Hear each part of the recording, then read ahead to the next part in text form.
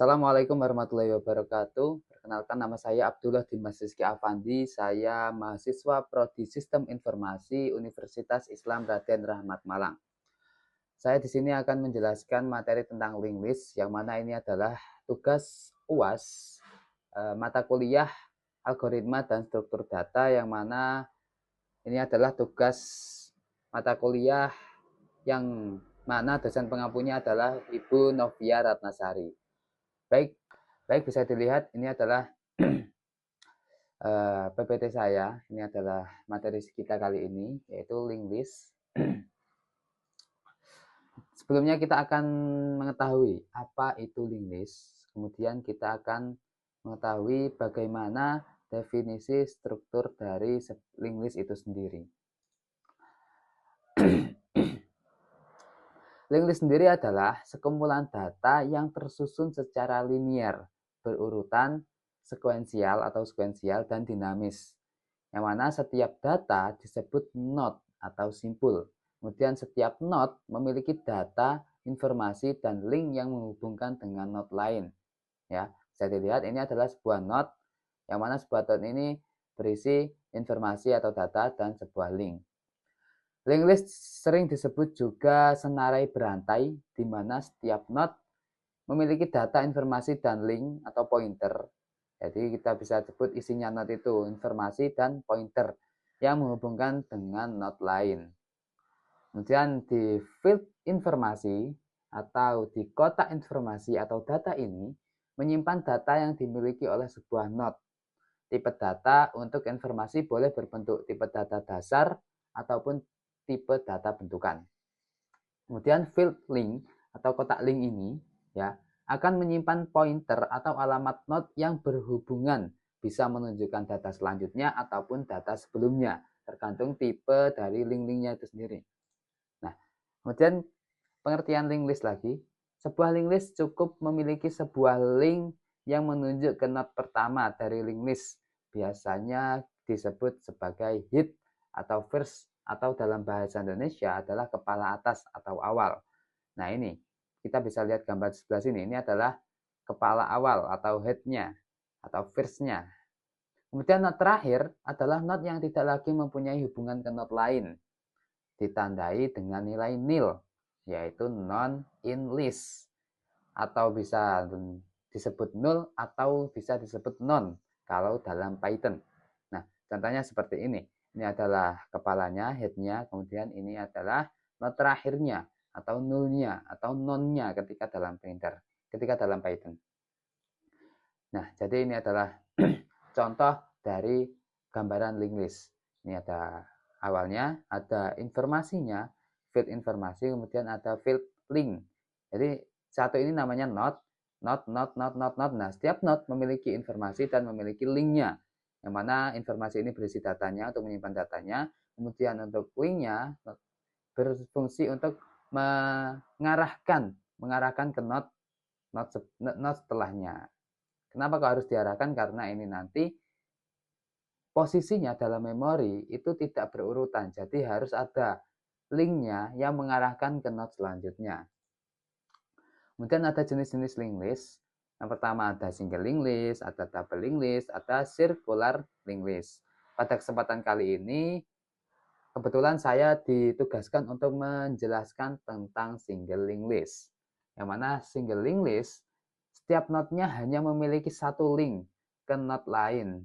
Umumnya itu menunjukkan ke node berikutnya. Ini adalah contoh dari single link list. Node awal, menunjuk ke node selanjutnya, dan seterusnya. Intinya cuma ada satu link. Beda dengan double link list atau circular link list, yang mana nanti akan dijelaskan oleh teman saya di pertemuan selanjutnya. Sekarang kita lanjut ke single link list. Sebelumnya, kita harus tahu dulu penyimpanan data link list di sebuah memori itu sendiri. Yang mana di memori itu tempatnya tidak berurutan, teman-teman. Contohnya ini.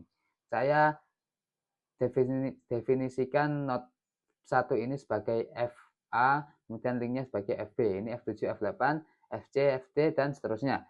Dan di memori itu tempatnya tidak berurutan seperti ini, teman-teman. Tapi tempatnya itu acak. Acak seperti ini. Contohnya ini ya. Not 1 ada di sini, not 2 ada di tengah, not 3 ada di bawah, not 4 malah ada di atas. Nah, tempatnya beraturan atau tidak tempatnya tidak beraturan atau acak ya, tempatnya acak. Nah, tugas link dari setiap not ini berfungsi untuk menyatukan atau mengurutkan semua not yang acak di dalam memori ini. Ya, jadi bisa kita lihat di memori ini acak. Nah, tugasnya link ini adalah untuk mengurutkannya sebagai sebuah urutan yang bisa kita gunakan untuk menjalankan untuk sebuah program. Contohnya ini. Nah, yang tadinya campuran seperti ini ya, bisa kita lihat di sini menjadi berurutan seperti ini karena ada linknya. Seperti itu. Kemudian perbedaan array versus linked list, perbedaan antara array dan linked list. Kemarin kan sudah dijelaskan tentang array. Nah, sekarang kita dijelaskan tentang linked list. Nah, perbedaannya apa sih? Ya, yang mana array adalah sifatnya statis, yaitu data dialokasikan sebanyak mungkin sebanyak maksimum data yang ditentukan. Jadi sudah ditentukan kalau array itu. Bahkan sejak program dirancang yang digunakan untuk menampung data yang akan diolah oleh program. Jadi kan sebelum membuat array kan kita menentukan maksimum datanya. Nah, sifat dari array itu seperti itu. Beda dengan sifat linked list, yaitu sifatnya dinamis. Data dialokasikan sesuai kebutuhan ketika program dijalankan. Alokasi data dilakukan ketika program membutuhkan penyimpanan. Beda dengan array, alokasi data digunakan diatur sebelum pembuatan array. Kalau dinamis dilakukan langsung ketika membutuhkan sebuah alokasi data itu. Kemudian akses random. Kalau array ini bisa pindah ke data berapapun dengan mudah. Contoh ketika Anda berada di data ke-1, Anda bisa langsung pindah ke data ke-100 dengan mudah. Beda dengan linked list. Aksesnya ini sekuensial atau tidak bisa langsung berpindah ke node tertentu.